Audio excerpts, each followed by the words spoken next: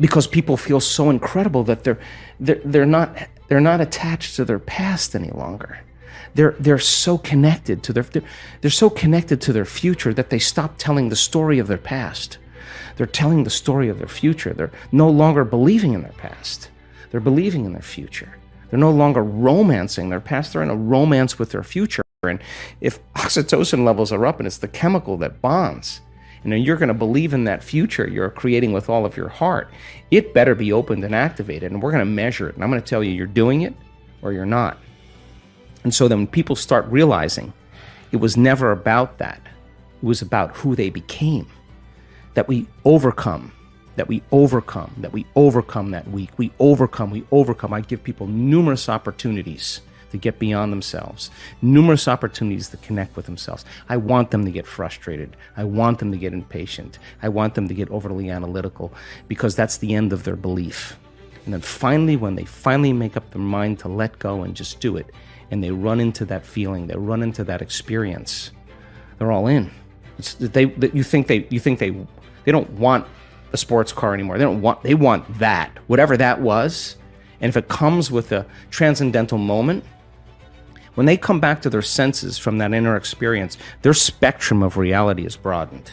They're seeing things they had never seen before because their brain wasn't wired to see it, but it didn't come from the environment, it came from their inner environment. That transcendental moment now is producing a feeling, a frequency that is so unusual. It's so much joy, so much bliss, so much ecstasy. I've watched people have to stop it because it's way bigger than them. Now, I would consider that a good problem to have.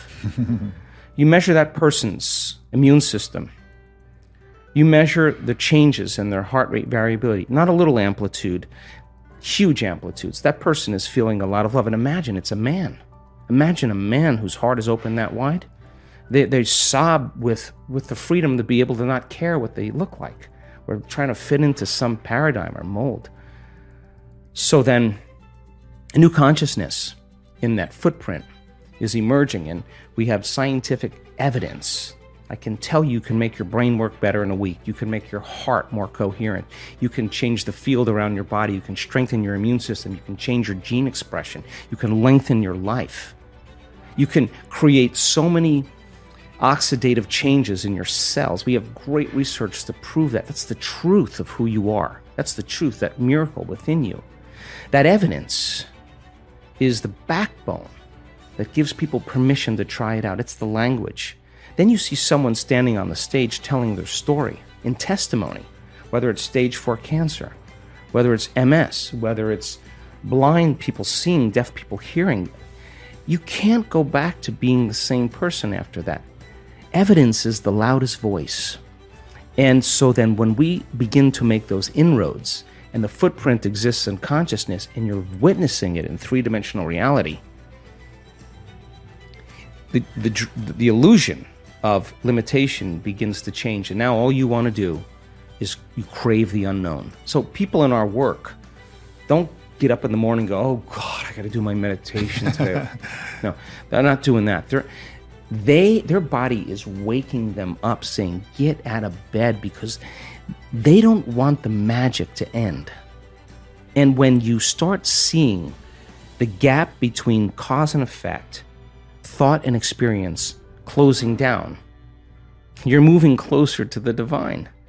And when that happens, all the things you thought you want, you no longer want, because the overcoming process leading to who you become, nobody can take that away from you.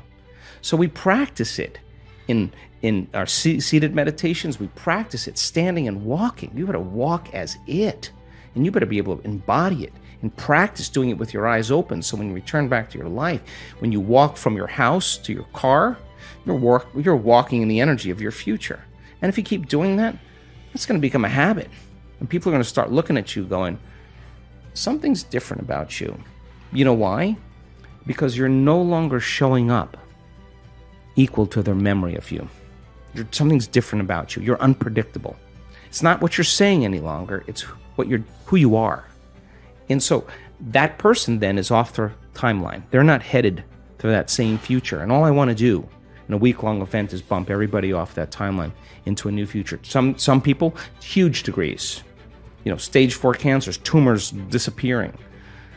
You listen to that story of the person on the stage, your next meditation, you are not going to go half in. You're going to go all in. And that's all I want people to go all in. I want to provide people with my greatest understanding of the truth and then numerous opportunities to experience it, nothing more.